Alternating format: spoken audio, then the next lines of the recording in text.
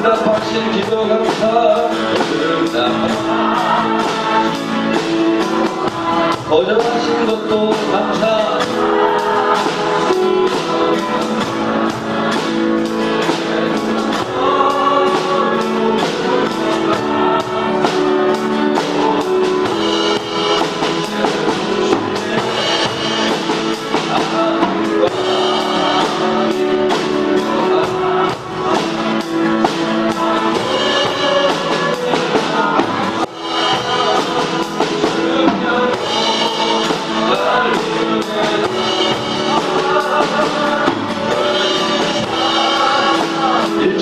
날 구원하신 감사 날 구원하신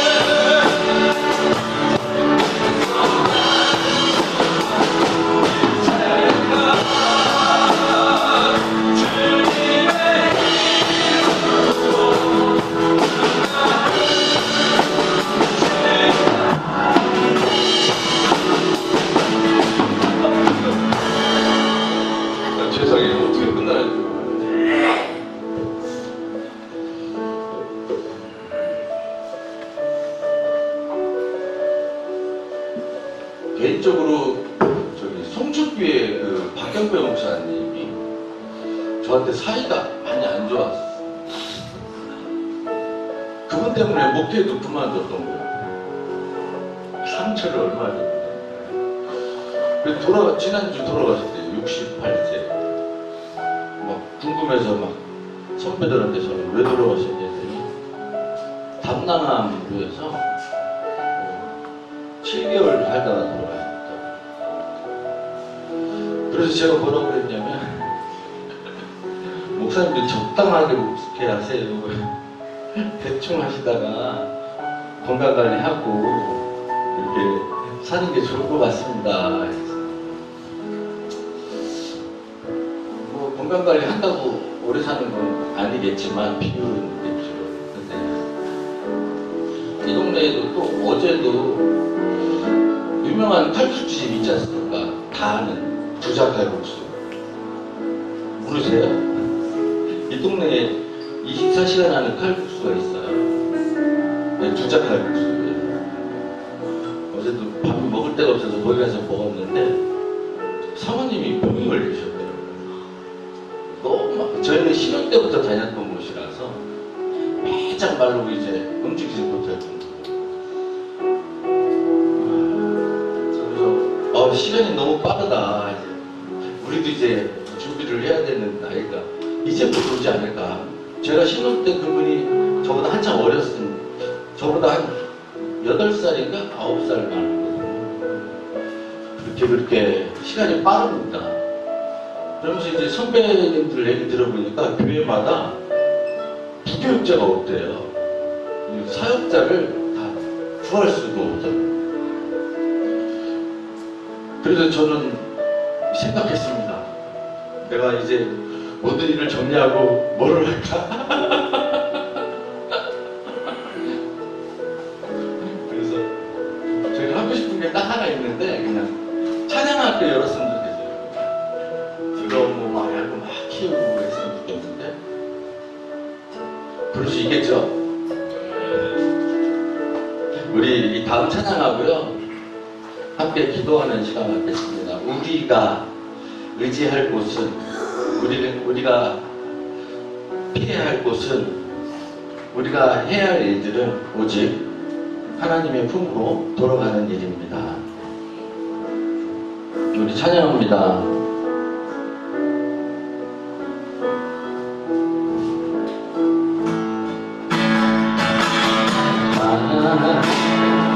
난 지금 우리의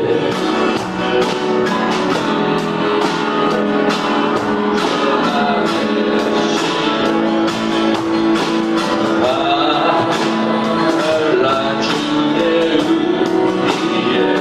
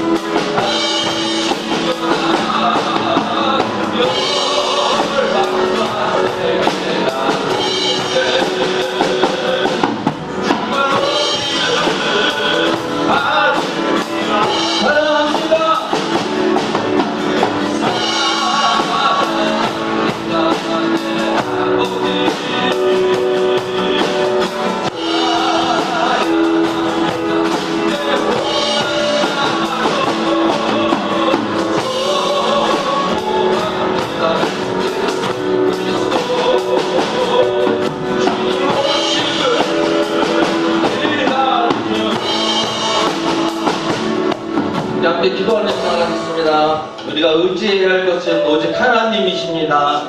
우리가 피할 것도 오직 하나님이십니다. 우리가 붙들고 우리가 신뢰해야 할 것은 오직 하나님이십니다. 우리가 어렵고 힘들 때마다 주님을 의지하며 기도하는 믿음을 소유할 수 있도록 인도하여 주옵소서. 우리 함께 기도하는 시간 갖겠습니다. 하나님 앞에 감사합니다. 우리 능력자가 되시며 우리의 해결사가 되시는 주 하나님 아버지, 우리가 무릎 기대하게 하여 주옵소서. 걱정하지 않게 하시고 근심하지 않게 하시고 아파하지 않게 하시고 오직 주 앞에 무릎으로 나아가는 믿음의 손자가 될 수 있게 하여 주시옵소서. 그리하여 주께서 하신 일들을 바라보며 우리가 찬양하고 살아오려고 하는 믿음을 소유하게 하여 주옵시고 오직 주를 의지하며 살아가는 승리의 삶이 될 수 있도록 축복하여 주옵소서.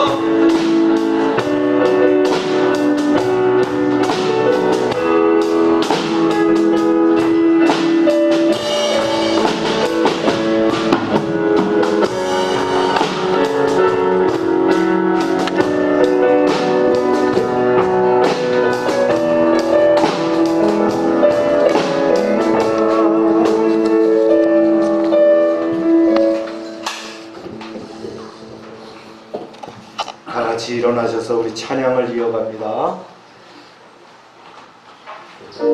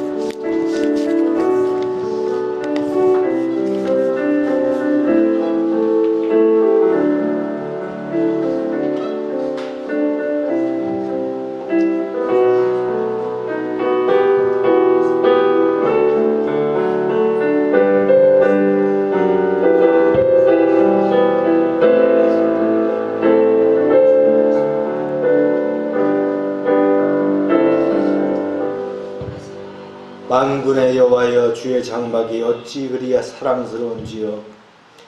내 영혼이 여호와의 궁정을 사모하여 새약함이요, 내 마음과 육체가 살아계시는 하나님께 부르짖나이다.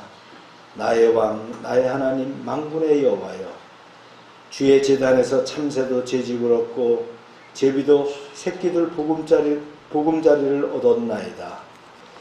주의 집에 사는 자들이 복이 있나니 그들이 항상 주를 찬송하리이다. 주께 힘을 얻고 그 마음에 시온에 데려가 있는 자는 복이 있나이다.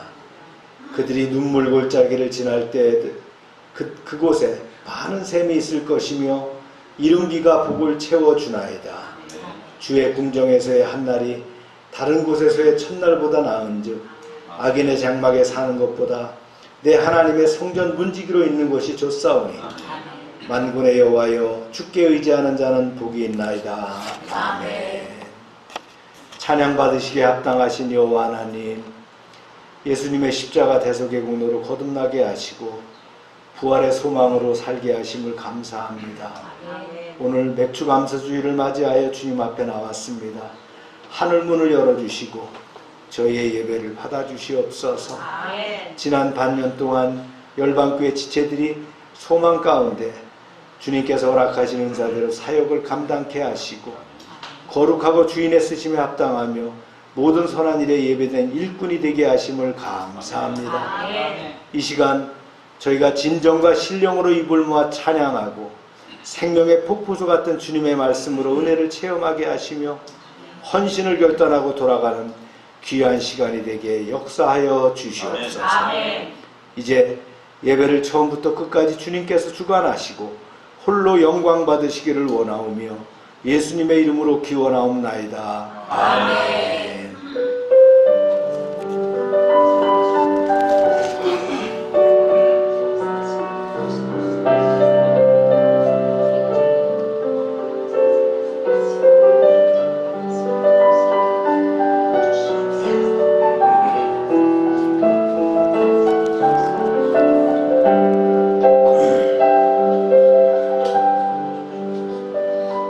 전능하사 천지를 만드신 하나님 아버지를 내가 믿사오며 그 외아들 우리 주 예수 그리스도를 믿사오니 이는 성령으로 잉태하사 동정녀 마리아에게 하시고 본디오 빌라도에게 고난을 받으사 십자가에 못 박혀 죽으시고 장사한 지 사흘 만에 죽은 자 가운데서 다시 살아나시며 하늘에 오르사 전능하신 하나님 우편에 앉아 계시다가 저희로서 산자와 죽은 자를 심판하러 오시리라.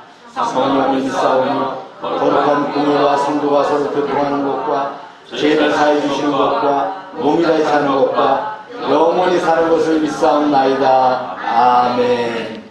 자리에 앉으시기 바랍니다.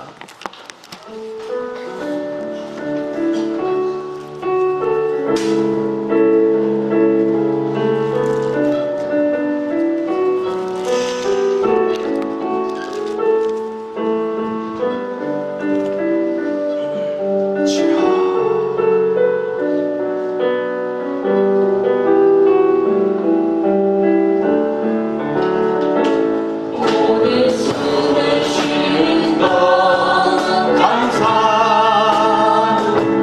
나를 구원하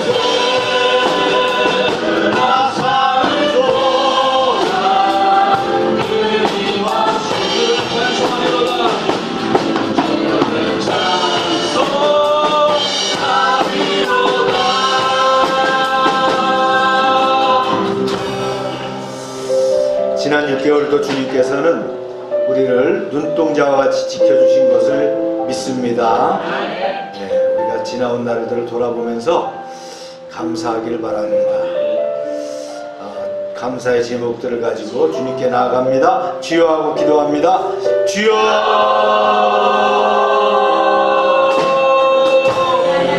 감사합니다. 지난 6개월, 지난 시간 함께 우리가 눈물 빗자루를 지날 때도 샘이 지나시고 물이 넘치게 하신 것을 다 주님께 아버지 감사와 찬송하여 시간 열방교회가 주님께 감사하며 기도할 때에 주님 이 기도를 받으시고 주님 더욱 축복으로 임하게 하여 주시옵소서. 열방교회 가족을 축복하시고 자녀도 축복하시고 하시길 원합니다. 특별히 우랑성장과 자부자부 함께 해주십시오. 아버지 박동진 형님, 진행자, 아버지 하나님, 이제 대표 사업장, 팀 타이거에 공성원 지사의 담당 관련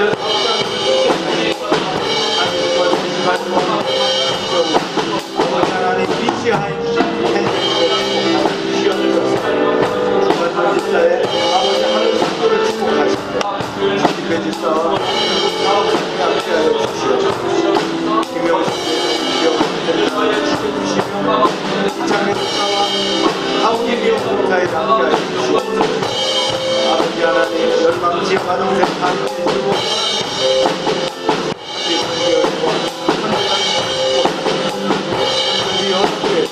그들의 행복을 지켜주시오. 열방교회 지체에 속한 직장과 사업장의 복을 받게 하여 주시옵소서. 우리가 기도하고 간구하는 제목을 받아 응답하시며 가정마다 간구하는 것들이 이루어지게 하여 주시옵소서. 우리의 삶과 사역에 성령의 기름 부음이 넘치게 하시고 우리의 아이들이 잘 자라고 학업에서 아버지 하나님 열심히 하게 하시고 바른 신앙 안에 성장하게 하여 주시옵소서. 늘 믿음이 말씀과 함께 성숙해 주시고 우리 일상 가운데 매일매일 그리스도의 향기를 전하는 복음 증거의 기회가 되게 하여 주시옵소서. 주님을 찬양합니다. 주님 감사합니다. 영광받아 주시옵소서. 사랑의 하나님, 이 시간 주님께 영광 돌리기를 원합니다. 우리의 예배를 받아 주시옵소서. 지난 반년 동안도 우리와 동행하여 주시고 우리를 인도하여 주신 하나님 감사드립니다. 때로는 고난당하였지만 그 고난 또한 우리에게 유익이었음을 고백합니다. 믿음이 연약하여 육신과 안목의 정욕대로 살았음을 고백하오니 용서하여 주옵소서. 또한 그리스도의 사랑을 실천하지 못하고 누군가와 대립하고 미워한 죄를 용서하여 주옵소서. 여기에 모인 주님의 자녀들이 먼저 하나님 나라와 의를 구하게 하여 주옵소서. 각자 날마다 분주한 삶을 살아가지만 중심을 잃고 헤매지 아니하고 말씀과 기도로 깨어서 성령님의 교통하심에 순종하는 귀한 삶이 되게 하옵소서. 성령님의 인재 안에 거할 때 세상이 줄 수 없는 사랑과 기쁨과 평안함이 우리에게 임할 줄로 믿습니다. 주님 안에서 우리는 어떤 상황에서도 안전함을 느끼며 당대하게 비전을 향해 나아갈 수 있습니다. 국제적인 정세가 불안정한 이때에 대한민국의 지정학적 위치는 역사 속에서 그러했듯 불안한 상황입니다. 그러나 전쟁은 하나님께 속해 있으며 하나님이 온 땅의 주인이시기에 우리는 주님만을 바라보아야 할 것입니다. 주님, 대한민국과 우리를 둘러싼 환경 가운데 역사하여 주셔서 우리를 지키고 보호하여 주옵소서. 이 땅의 위정자들이 하나님을 두려워하게 하시고 진정으로 국가와 국민을 위하는 마음을 가지고 슬기롭게 일하게 하옵소서. 또한 믿는 성도들에게 주님의 뜻과 계획이 무엇인지 믿는 자로서 분별할 수 있는 지혜를 주시옵소서. 부모들에게 각 가정에 선물로 주신 자녀들을 말씀과 기도로 양육하게 하시고 자녀들이 하나님의 강권적인 보호 안에서 건강한 믿음으로 성장하게 하옵소서. 하나님의 비전을 바라보는 청년들이 되게 하여 주셔서 어두워져가는 이 시대에도 끝까지 믿음 지키며 하나님 나라를 위해 쓰임받는 아름답고 귀한 다음 세대로 자라나게 하옵소서.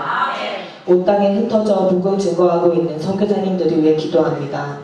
선교사님들에게 성령 충만함과 탁월한 선교 전략을 허락하여 주셔서 선교지의 능력의 복음이 전파되게 하시고 치열한 영적 전투 현장에서 승리하게 하옵소서. 최규동 선교사님이 준비하셨던 선교센터 위에도 축복하여 주셔서 선교사님들을 섬기는 사역을 통해 주님의 복음 사역에 귀하게 쓰임받게 하옵소서. 다운 임용 봉사의 사역 위에도 함께하여 주시고 이창래 목사님 지치지 않고 맡은 사역 잘 감당할 수 있도록 인도하여 주옵소서. 열방지역 아동센터 운영도 주관하여 주셔서 교사들이 사랑과 인내로 지역의 아이들을 잘 가르치고 보호하여 하나님께 영광 돌리게 하옵소서. 이광수 담임 목사님을 위해 기도합니다. 목사님의 영과 육이 날마다 강건하게 하시고 성령 충만함으로 붙들어 주셔서 주님의 교회를 지혜와 능력으로 잘 섬기게 하옵소서. 예배를 위해 수고한 손길과 열방 찬양단을 기억하여 주옵소서. 이 시간 성령님의 임재를 간절히 사모합니다. 오늘도 우리를 귀한 말씀으로 가르치셔서 말씀으로 바로 서고 열매 맺는 삶을 살 수 있도록 축복하여 주옵소서. 주님만이 홀로 영광 받으시기를 바라오며 예수 그리스도의 이름으로 기도드립니다.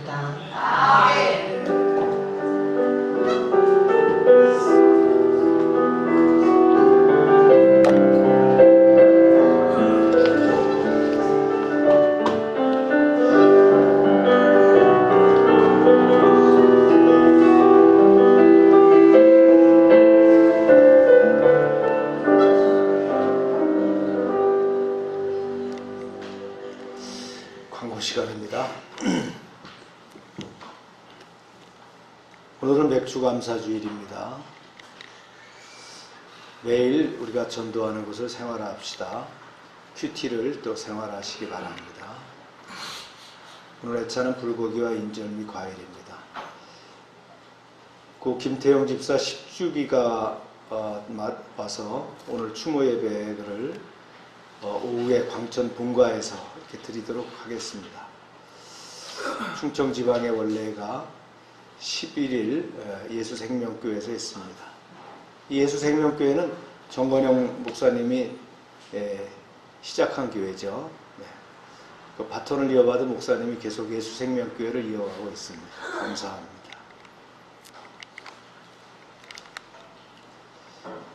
열방지역아동센터 프로그램들 진행합니다.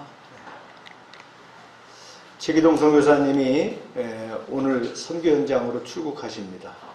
그동안 홍성에 있는 그 창고에 선교관 공사를 마무리를 했습니다. 그리고 집기류도 이렇게 갖다가 놓고요. 우리가 가지고 있던 그 모포 한 20여 장 이렇게 전해드렸고요. 그 다음에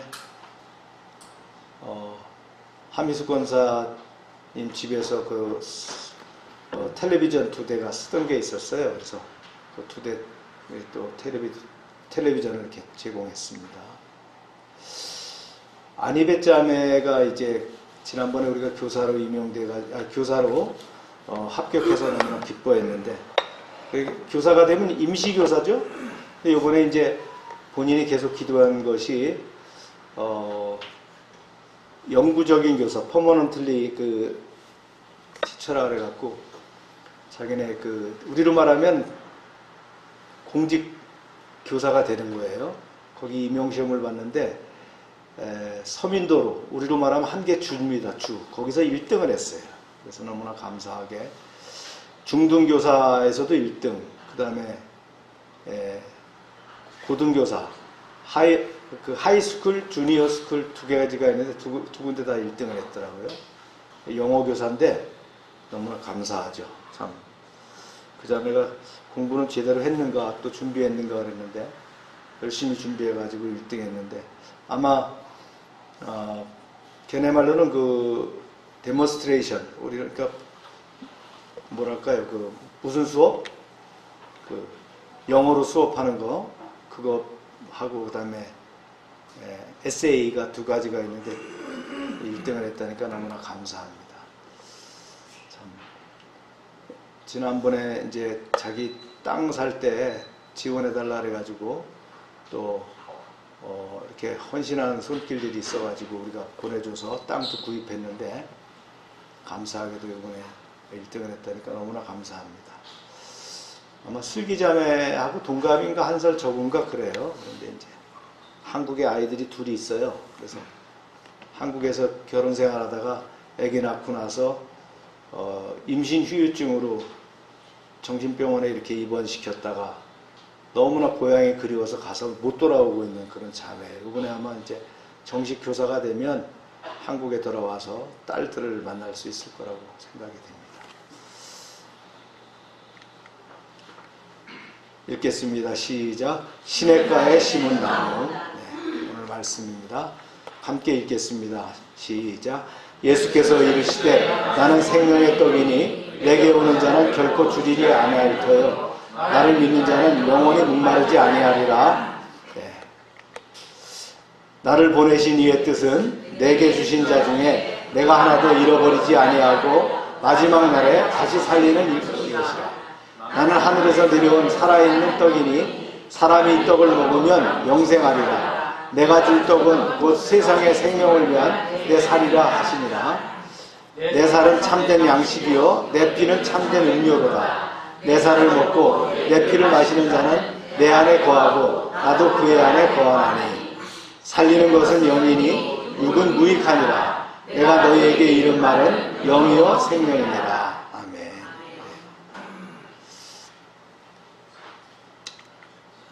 맥주 감사 주일입니다. 네. 말씀 한번 읽어볼까요? 시작. 맥주절을 지키라. 이는 내가 수고하여 밭에 뿌린 것을 첫 열매를 거두리니라. 한 해에 처음 익은 열매가 이제 이것을 감사하는 것이 맥주절기죠. 봄 농사를 지어서 첫 열매를 드리는 절기다 이렇게 보면 됩니다. 그래서 6월절로부터 시작해서 50일이 되는 날이거든요. 이날이 이제 맥주절이 되는데 구약에서는 이날 이제 시내산에 도착해서 거기서 이제 하나님의 계명, 즉 그 십계명을 받게 되는 그때가 바로 이때였다는 거예요. 그리고 또한 이 맥주절이 나중에 어떤 절기가 되냐면 가나안 땅에 들어가서 40년 동안 기다렸잖아요. 이스라엘 백성들이 가나안 땅에 들어가서 첫 농사를 져서 하나님께 드렸을 때 이게 맥주절입니다. 신약 시대에는 오순절하고 겹치죠. 그래서 교회가 탄생되는 그러한 절기가 바로 맥주절이라고 여러분들이 보면 됩니다. 우리가 현대적으로 해석한다면 전반기를 결산하고 후반기를 맞이하는 그런 시즌입니다. 그렇습니다. 매듭이 있어야 돼요. 대나무도 이 매듭이 있어야지 성장하잖아요. 미나리도 보면 그 가는 미나리지만 매듭이 있잖아요. 그처럼 우리가 한 텀을 지나면서 또 새롭게 이게 돌아보는 시간이 되기를 바랍니다. 그래서 반년 동안 받은 복에 감사하고 또 앞으로 남은 반년을 더 힘차게 달려가면서 미흡했던 것들을 보강하고 목표를 향해 전진하는 그러한 절기가 되기를 축복합니다. 무엇보다 우리가 하나님의 말씀과 또 순종하는 그 삶, 기도 생활에 더 열심인 그런 절기가 되기를 축복합니다. 또 한 사람 한 사람 우리가 전도하는 열매 맺기도 할 뿐만 아니라 후반기에는 또 사업장들도 더 번창해지고 또 우리 아이들이 공부도 더 열심히 하는 그런 한 해가 되길 주의 이름으로 축복합니다. 네. 오늘 주의 예배로 말씀으로 이제 넘어가는데요. 5장에서는 안식일 30년 된 병자를 고치셨어요. 그런데 시비가 났죠. 뭐 어떤 시비입니까? 왜 안식일을 안 지키느냐 그런 거예요. 그 다음에 6장에 들어와서는 연대기순으로 언급한 것보다는 이제 특별히 중요한 것부터 사도 요한이 이렇게 기록했어요. 4가지 아이템이죠. 오병이어의 이적, 그 다음에 예수님이 무리를 걸으신 사건, 이와 관련된 예수님의 교훈, 생명의 떡입니다. 그 다음에 사람들이 상반된 반응. 우리가 중간까지는 지난번에 이제 쭉 배웠으니까 스킵하고 넘어갑니다.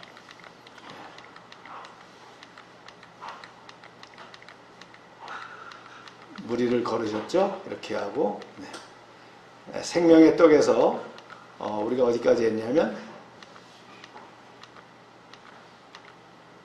네, 여기서부터 이제 시작을 합니다. 말씀을 쭉 읽을 거니까 여러분들이 말씀을 읽을 때는 또박또박 크게 읽으시길 바랍니다. 네, 아멘도 크게 하시고요. 네, 읽겠습니다. 시작. 그러나 내가 너에게 이르기를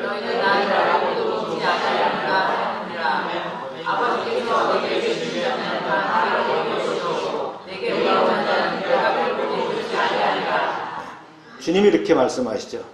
내가 여러분에게 이미 말했듯이 여러분은 나를 보고도 나를 믿지 않았습니다.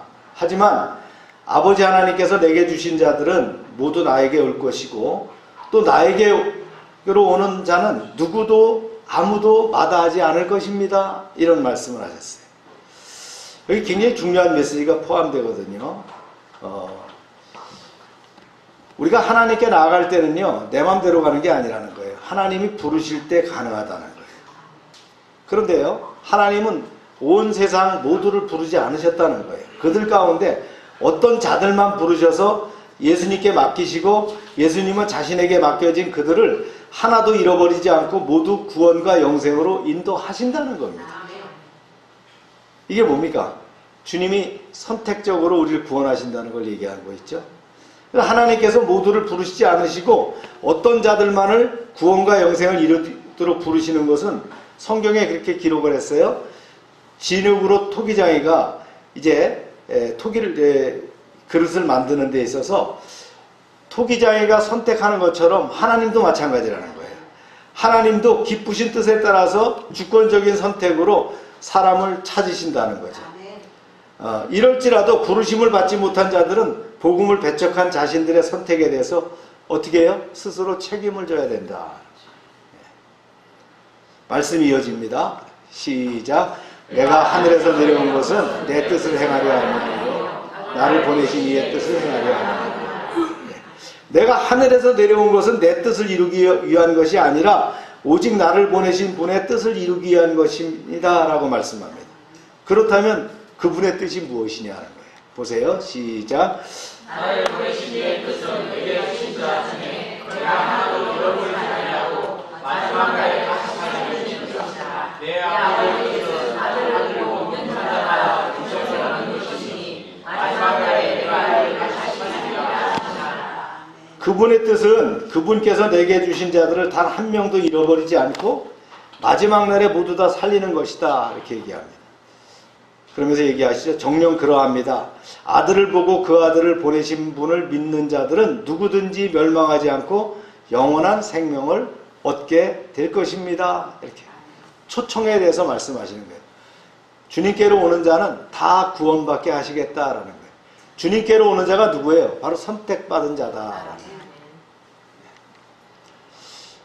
예수님은 이 말씀을 하실 때에 유대 종교 지도자들인 바리새인, 사두개인, 서기관들이 섞여 있었는데 그들은 예수님이 자신을 가리켜서 내가 하늘에서 내려온 떡이다라고 말씀하실 때 대단히 화를 내면서 떠들어댑니다.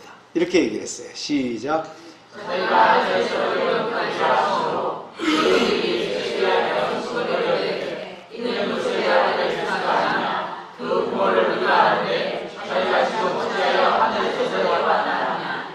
아니 저자가 무슨 소리를 하는 거야? 저 사람은 나사렛 마을에 사는 요셉의 아들 예수가 아니냐? 우리가 그의 부모도 뻔히 알고 그 동생들도 뻔히 아는데 자기가 하늘에서 내려왔다니 대체 무슨 소리냐? 이거 헛소리냐? 제정신이 아닌 것 같다. 이렇게 얘기한 거예요. 그런 자들의 떠드는 소리를 들으시고 예수님께서 그들에게 말씀하시죠. 시작. 나를 보내신 아버지께서 오지 아니하시면 아무도 내게 올 수 없으니 오늘 그들을 내가 마지막 날에 다시 살리리라. 선지자에게 그들이 하나님의 하시심을 받으리라 기록되었듯 아버지께 듣고 배운 사람마다 내게로 오나가리라. 주님 말씀하시죠. 내가 한 말에 트집을 잡지 마시오. 나를 보내신 하나님 아버지께서 내게로 이끌어 주시지 않으면 아무도 내게 올 수가 없어. 나는 내게로 오는 사람들을 마지막 날에 모두 살릴 것이요 그들에게 영원과 그 구원을 허락할 것이요 예언서를 보면 그들이 모두 하나님께 가르침을 받을 것이라고 기록되어 있어. 정녕 그렇소. 아버지의 말씀을 듣고 아버지께 진리를 배운 사람들은 모두 다 내게로 올 것이요.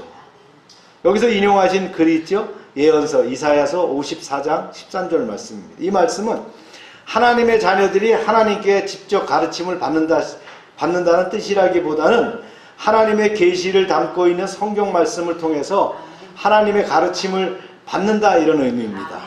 말씀이 이어집니다. 네, 시작. 오직 하나님께서 아버지를 보았느니라. 진실로 너희에게 이르노니 믿는 자는 영생을 가졌나니. 아버지 하나님께로부터 온 이를 제외하고는 누구도 아버지를 본 적이 없어. 오직 하나님께로부터 온 이만이 아버지를 보았어. 내가 진정으로 밝게 말하겠어. 누구든지 나를 믿는 자는 영생을 가진 자요. 이렇게 말씀하셨어요. 아버지 하나님과의 그 독특한 그 예수님과의 그 관계를 주목해야 되겠죠. 아들 예수님만이 하나님을 보았고 아들 예수님만이 아버지 하나님께로부터 보내심을 받아서 이 땅에 오셨습니다. 그러므로 예수님만이 하나님의 참된 인격과 속성을 온전히 나타낼 수 있다는 거예요. 따라서 우리는 오직 예수님을 통해서만 하나님을 알 수 있고 또 영생을 소유할 수 있습니다. 결국 우리가 영생을 얻을 수 있는 유일한 길은 오직 누구에게요? 예수님께 뿐이라는 거예요. 그렇다면 우리가 영생을 주시는 예수님이 누구신가? 예수님은 비유적으로 알려주셨어요. 이렇게 말씀합니다. 시작. 내가 곧 생명의 떡이니라. 이는 하늘에서 내려오는 떡이니 사람으로 하여금 먹고 죽지 아니하는 것이다. 나는 하늘에서 내려온 살아있는 떡이니 사람이 이 떡을 먹으면 영생하리라. 내가 줄 떡은 곧 세상의 생명을 위한 내 살이니라 하십니다. 내가 바로 생명의 떡이기 때문이요. 당신들의 조상들은 광야에서 하늘에서 내려주는 떡을 먹었으나 결국은 다 죽었어. 그러나 여기 하늘에서 내려온 참된 떡이 있으니 이 떡을 먹는 사람은 결코 죽지 않소. 내가 바로 하늘에서 내려온 생명의 떡이요. 그러므로 이 떡을 먹는 사람은 죽지 않고 영원히 살 것이요. 내가 줄 이 떡은 곧 세상을 구원하기 위해서 주는 내 살이요. 예수님은 자신을 하늘에서 내려온 참된 생명의 떡이라고 비유하셨어요. 예수님은 육신의 떡인 만나와 영혼의 떡인 그리스도를 대조해서 비유적으로 설명함으로써 죽음과 영생의 교훈을 가르치고 계십니다. 요컨대 예수님은 먹고도 마침내 죽은 만나, 광야의 떡이죠. 그러니까 누구든지 먹으면 결코 죽지 않고 영생을 누리고 살아있는 떡, 이건 뭐라고요? 생명의 떡, 당신이라는 거예요. 이처럼 예수님 자체가 생명의 떡에 비유됐기 때문에 그 떡은 예수님의 살이라고 표현될 수 있을 겁니다. 이런 고상한 비유를 마음이 강팍한 유대 종교 지도자들이 제대로 알아들었을 리가 만무하죠. 그래서 그들은 자기들끼리 주고받거니 하면서 서로를 논란하게 되었어요. 이렇게 얘기합니다. 시작.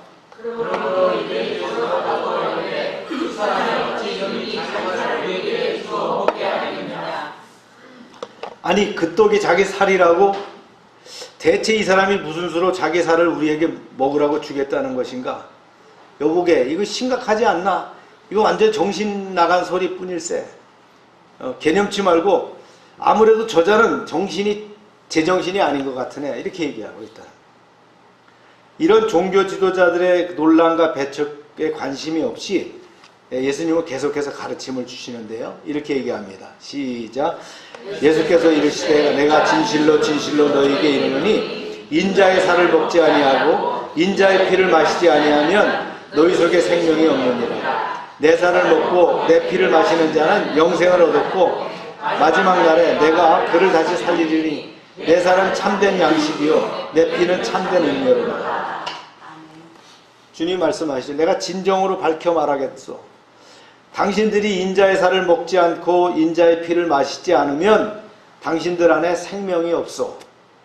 오직 내 살을 먹고 내 피를 마시는 사람만이 영원한 생명을 얻을 것이고 내가 그의 마지막 날에 다시 살릴 것이요 내 살은 참된 양식이요 내 피는 참된 음료이기 때문이요.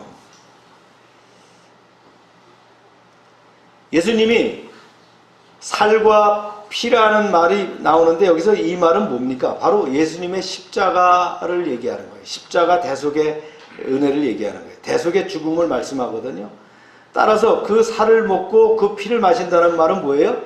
인류 구원을 위해서 십자가에서 살이 찢기시고 피를 흘리신 예수님의 보혈의 공로를 믿고 그 공로에 의지해서 믿음의 삶을 영위해 가는 것을 바로 살과 피를 먹는 거라고 얘기했다는 거예요. 그거를 유대인들이 어떻게 했어요? 받아들이지 못했다는 거예요. 이처럼 육신의 생명을 위해서는 양식의 떡과 음료가 필요하듯 영혼의 생명을 위해서는 영생을 얻기 위해서는 예수 그리스도의 살과 피가 필수적이라는 것을 교훈하고 계신 거예요. 이제 예수님은 다시금 자신이 하늘에서 내려온 참된 그 영생의 떡이라는 사실을 강조하면서 가르침을 이제 마무리하는 거예요. 이제 마무리 말씀입니다. 시작. 내 살을 먹고 내 피를 마시는 자는 내 안에 거하고 나도 그의 안에 거하나니 살아계신 아버지께서 나를 보내심에 내가 아버지로 말미암아 사는 것 같이 나를 먹는 사람도 나를 말미암아 살리라. 이것이 하늘에서 내려온 떡이니 조상들이 먹고도 죽은 것과 같지 아니하며 이 떡을 먹는 자는 영원히 살리라. 누구든지 내 살을 먹고 내 피를 마시는 사람은 모두 내 안에 있고 나도 그 안에 있어. 살아계시는 아버지께서 나를 보내셨고 또 내가 아버지로 인해서 사는 것과 같이 나를 먹는 사람도 나를 인해 살 것이요 나는 하늘에서 내려온 참된 떡이요 당신들의 조상들은 만나를 먹고 죽었지만 이 참된 떡을 먹는 사람은 아무도 죽지 않고 누구나 영원히 생명을 누릴 것이요. 여러분 지금 이게 쭉 제가 여러분들이 말씀을 읽고 제가 다시 리피트해서 주는데 어쩌면 성경에서 말이죠 복음이라고 얘기하는 것을 가장 정확하게 주님이 말씀하신 것이 바로 이 대목입니다. 이게 다른 성경에는 안 나온다는 거예요. 요한복음에만 나오는 내용들이다라는 거예요.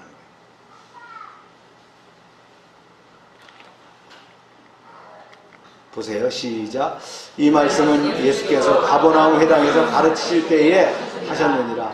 제자 중 여럿이 듣고 말하되 이 말씀은 어렵도다 누가 들을 수 있느냐 한데 거참 저자는 왜 자꾸 자기 살과 피를 먹으라고 하는 거야? 도대체 이게 무슨 말이야?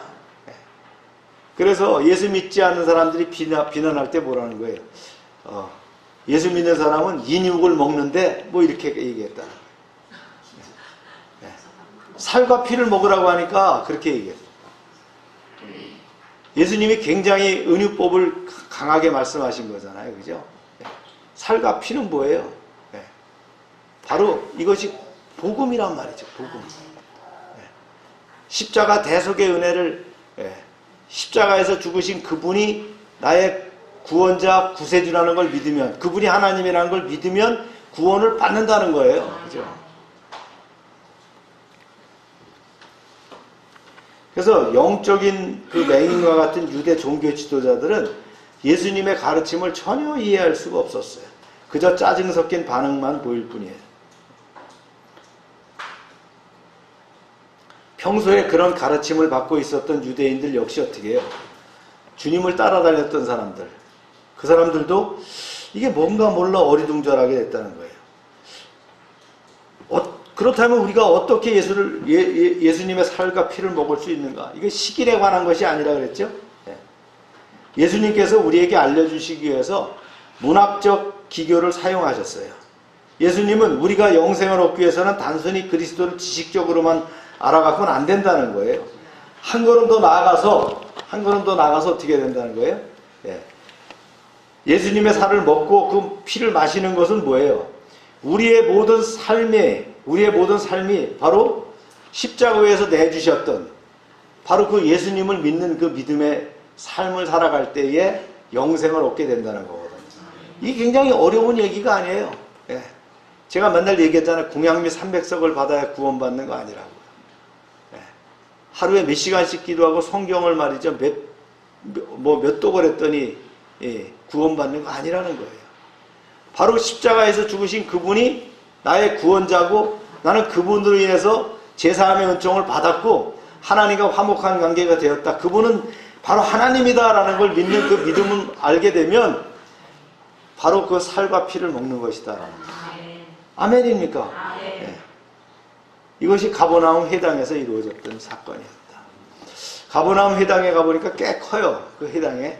거기서 매일 예배를 하고 이렇게 하더라고요. 집회를 하는 모습들을 봤는데. 자, 이제 마무리 이제 문맥이라고 할까요? 여기 좀 마무리를 좀 하는데요. 제가 한번 적어놨어요. 여러분들이 쭉 읽어보라고. 시작.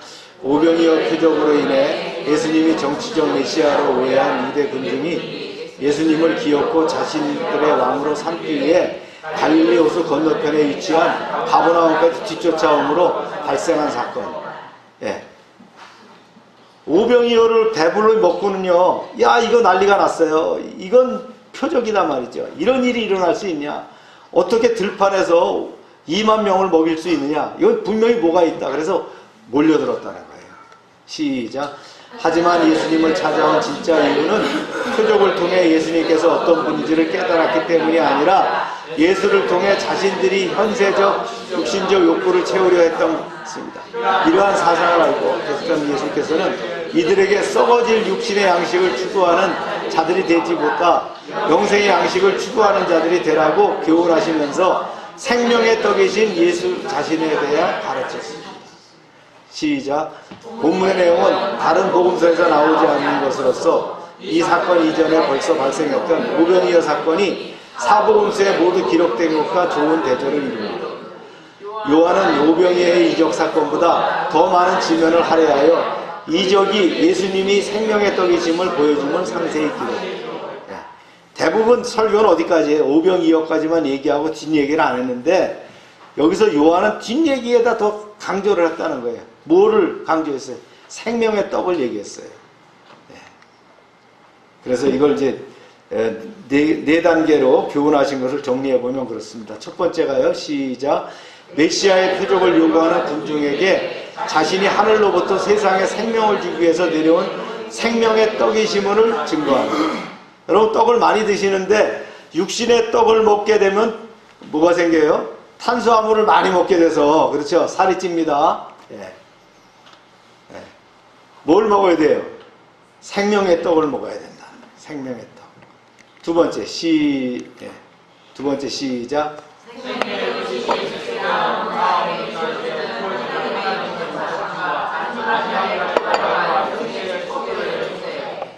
예.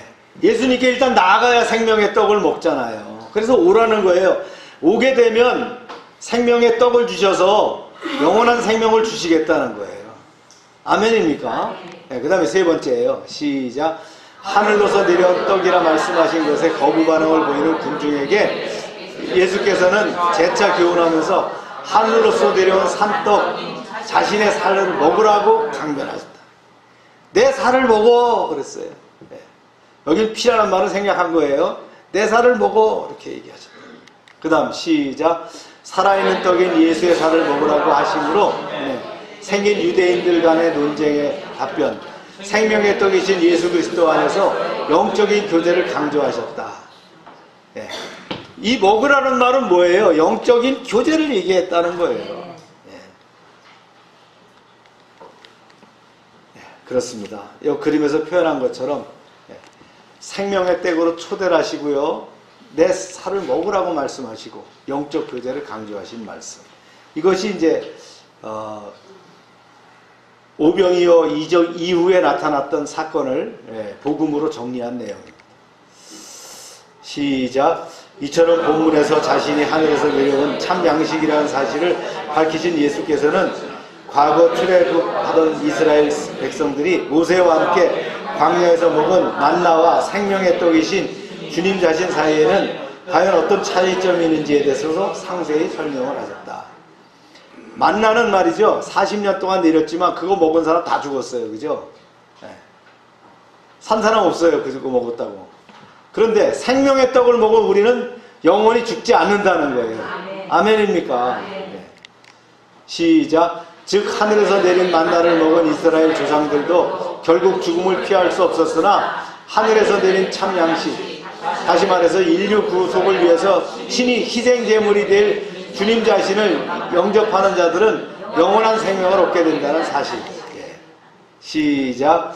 하지만 영적으로 무지에 빠져있던 유대 군중들은 이와 같은 예수님의 말씀을 이해하지 못했으며 예수님은 단지 요셉의 아들일 뿐 하늘에서 내려온 자가 아니라고 수군거리며 결국에는 예수님을 버리는 각기 재료로 흩어져 버렸습니다. 그러므로 우리는 이러한 본문을 통해서 예수님께서 이들을 배척과 핍박에 점점 고조될 것이며 급기야 결정적인 충돌이 불가피할 것임을 얘기하게 됩니다. 예수님이 베들레헴 출신이라는 걸 모르는 거예요. 베들레헴에서 나셨잖아요. 미가서에 그랬죠. 베들레헴에서 난 사람이 누구라고요? 메시아라고. 그러니까 유대인들은 그걸 모르니까 자꾸 컴플레인을 하는 거예요. 그러니까 본문을 통해서 이제 얻는 두 가지입니다. 시작. 세상에 속한 어떤 것도 생명의 참독이 되지 못한다. 맛집을 아무리 찾아다녀도 영원히 살지는 못합니다. 그러나 생명의 떡이신 예수님을 영접한 사람은, 그를 믿는 사람은 영원한 생명을 얻을 수 있다. 두 번째는요. 세상에 속한 것들은 우리에게 일시적인 만족만을 줄 뿐이며 예수 그리스도만이 우리에게 영원하고도 참된 만족을 주신다는 사실. 맞는 말씀이죠? 그렇죠? 이거 외에 또 있습니까? 나머지 말씀 계속 진행합니다.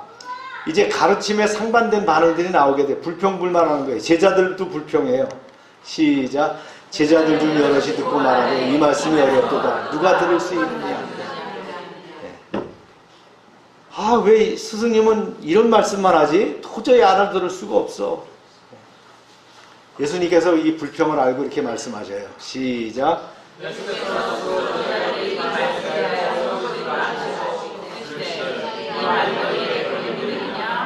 그러면 너희는 인자가 이전에 있던 곳으로 올라가는 것을 본다면 어떻게 하겠느냐? 너희 내 말이 거실리느냐? 이렇게.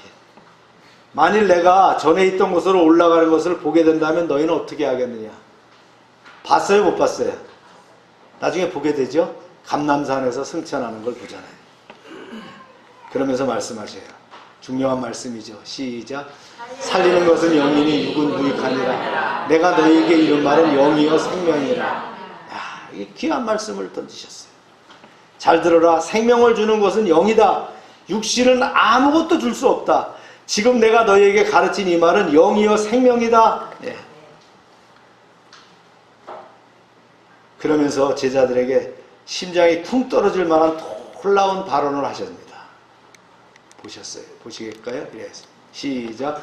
그러나 너희 중에 믿지 않은 자들이 있느니라 하시니 이는 예수께서 믿지 않은 자들이 누구며 자기 팔자가 누구인지 처음부터 아십니다. 너희 가운데 아직도 나를 믿지 않는 자가 있고 심지어는 나를 팔아버릴 자도 있다. 이렇게 했어요.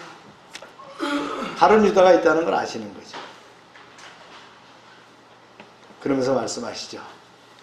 시작. 또 이르시되 그러므로 전에 너에게 말하기를 내 아버지께 오게 하여 주지 아니하시면 누구든지 내게로 다시 올 자가 없느니라. 그렇기 때문에 내가 말하지 않았더냐? 아버지께서 내게로 이끌어 주시지 않으면 아무도 내게로 올 자가 없느니라. 억지로 왔다고 되는 거 아니에요. 그죠? 다른 목적 가지고 교회 왔다고 은혜 받는 거, 구원 받는 거 아니에요. 누구든지 믿음으로 예수님께 나아가 구원과 영생을 얻는 것, 그것은 전적으로 뭐예요? 하나님의 주권적 예정과 섭리 가운데 있다는 거예요. 장로교에서 얘기하는 그 칼빈주의의 신학이 바로 이거예요. 주권적인 선택, 주권적인 섭리 있다는 거예요. 하나님이 부르지 않으시면 여기 올 수 없다는 거예요. 여러분 다 하나님이 부르셨기 때문에 온 거예요. 여러분이 나 이제부터 예수 믿고 구원받아 볼까 이래서 온 거 아니라는 거예요. 다 이미 예정했다는 거예요. 아멘입니까? 이때 이제 베드로가 신앙 고백을 합니다. 시작. 그때부터 제자 중에서 많은 사람이 떠나고 다시 그와 함께 다니지 아니하더라. 많은 사람들이 다 떠났어요. 난 모르겠어 무슨 말인지. 예수님이 정치적인 지도자면 한 자리에 할 것 같았는데 뭔가 떡고물이 있을 것 같았는데 아닌 것 같아. 떠났다는 거예요. 예수님께서 말씀하시죠. 너희도 가려느냐? 이때 시몬 베드로가 얘기합니다. 시작. 베드로가 대답하여 주여 영생의 말씀이 주께 있사오니 우리가 누구에게로 가오리까? 우리가 주는 하나님의 거룩하신 자이신 줄을 믿고 알았어. 아닙니다. 주님. 영생의 말씀이 주님 가운데 있는데 저희가 주님을 떠나서 누구에게로 가겠습니까? 저희는 주님이 하나님의 거룩하신 아들이심을 믿고 또 압니다. 이렇게 베드로가 고백을 했다는 거예요. 이때 예수님께서 살포시 미소를 지으셨죠? 그러자 이내 미소를 거두시고 어두운 표정으로 말씀합니다. 시작. 예수께서 대답하시되 내가 너희 12를 택하지 아니하였느냐? 그러나 너희 중 한 사람은 마귀니라 하시니 이 말씀은 시몬의 아들 유다를 가르치심이라. 그는 12 중에서 하나로 예수를 팔자니라. 그래, 그런데 말이야. 내가 너희 12를 택했지만 너희 가운데 한 명은 마귀야. 네? 저희 중에 마귀가 있다니 그게 무슨 말씀이세요? 대체 왜요? 주님 설마 그런 일이 있겠습니까? 절대로 그런 일이 있을 것 같지 않은데요. 염려하지 마세요. 걱정하지 마세요. 펄쩍 뛰었지만 가룟 유다까지도 펄쩍 뛰었지만 그건 진실이었죠. 네.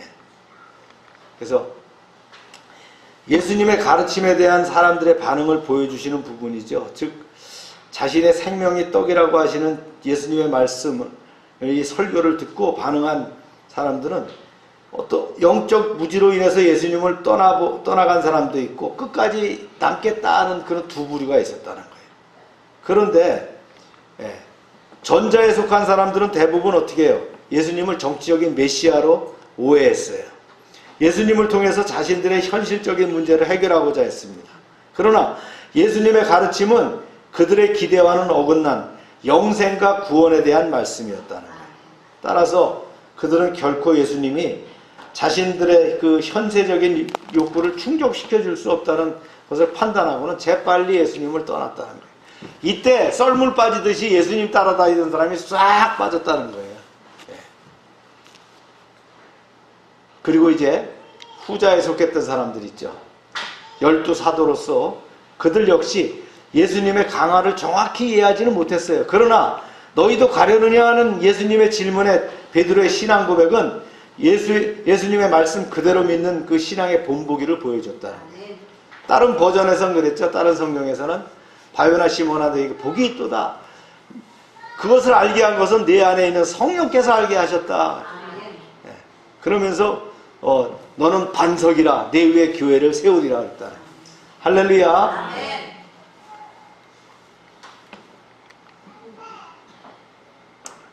예. 배신까지도 주님께서 아셨다. 그런 얘기입니다.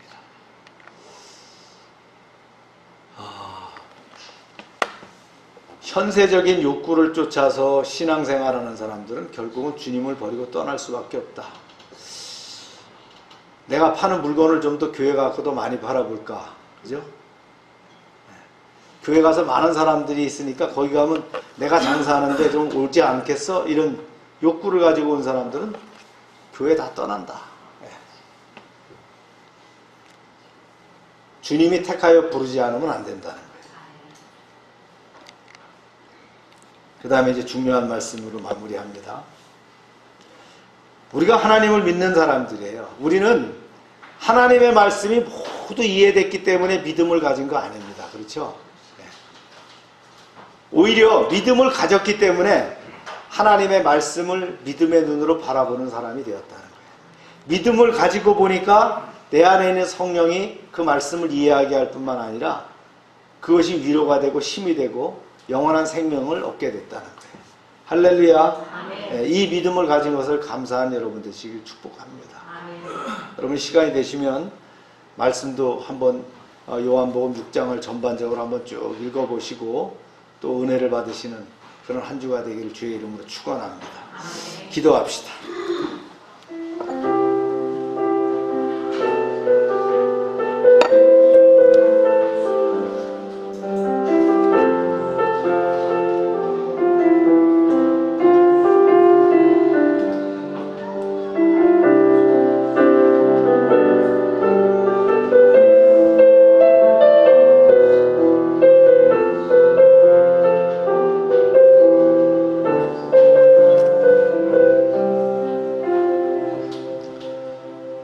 오병이어의 기적을 본 사람들은 은혜를 받은 것보다 오히려 예수님을 떠나가는 부류들이 더 많았습니다. 주님은 이에 대해서 내가 생명의 떡이라고 말씀하시며 내게 오는 자는 다 구원받을 수 있다고 말씀하시며 내 살을 먹으라고 하셨습니다. 또한 내 안에 거하면 나도 너희 안에 거하리라고 말씀하셨습니다. 생명의 참떡 대신 주님을 믿게 됨을 감사드립니다. 우리가 그 떡을 먹고 그 피를 마시며 영원한 구원 안에서 살게 하여 주시옵소서. 베드로의 신앙 고백처럼 주는 그리스도시요 살아계신 하나님의 아들입니다 라고 하는 고백이 우리의 고백이 되게 하여 주시옵소서. 저희는 주님에 의해서 시냇가에 심긴 나무입니다. 철을 따라 열매를 맺고 잎사귀가 마르지 않으며 모든 일에 형통한 믿음을 지켜가게 하여 주시옵소서. 예수님의 이름으로 기도합니다. 아멘.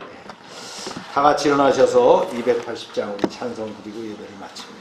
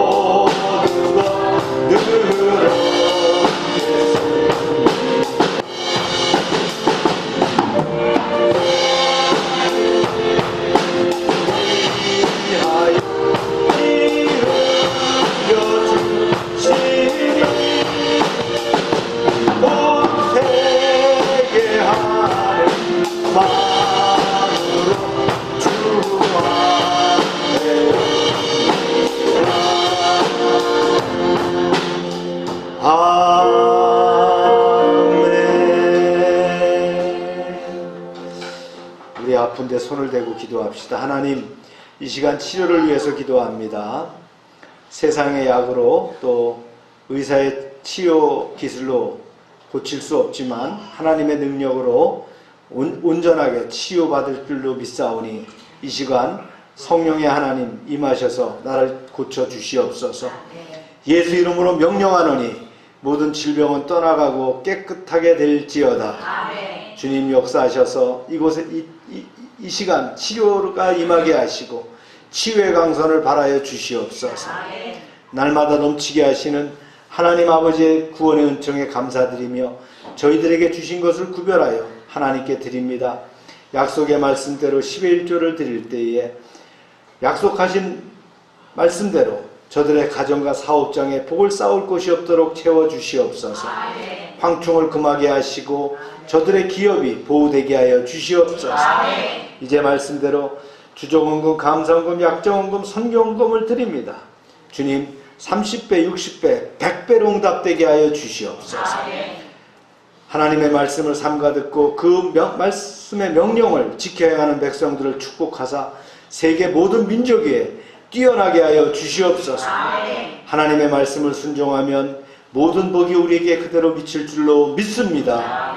성읍에서도 복을 받게 하시고 들에서도 복을 받을 것이며 몸의 소생과 토지의 소산과 짐승의 새끼와 우양의 새끼가 복을 받으며 광주리와 떡반죽 그릇이 복을 받으며 들어와도 복을 받고 나가도 복을 받을 것이며 대적이 일어나 우리를 치료할지라도 여호와께서 그들을 패하게 하시고 그들이 한 길로 왔지만 7길로 도망가게 하여 주시옵소서. 하나님께서 우리를 위하여 하늘의 아름다운 보고를 열으사 우리의 땅에 때를 따라 비가 내리게 하시고 우리의 손으로 하는 모든 일에 복을 주셔서 많은 사람들에게 구워주며 나누게 하시고 꾸지 않게 하시며 머리가 되고 꼬리가 되지 않게 하시며 위에만 있게 하시고 아래에 있지 않게 하여 주시옵소서. 저희가 드린 이 물질이 하나님이라는 데 귀하게 쓰임받게 하시고 쓰이는 곳마다 하나님의 영광과 역사하심이 나타나게 하여 주시옵소서. 이제는 우리 주 예수 그리스도의 은혜와 하나님 아버지의 크신 사랑과 성령의 교통하심이 이제로부터 영원토록 함께 하시기를 축원하옵나이다. 아멘.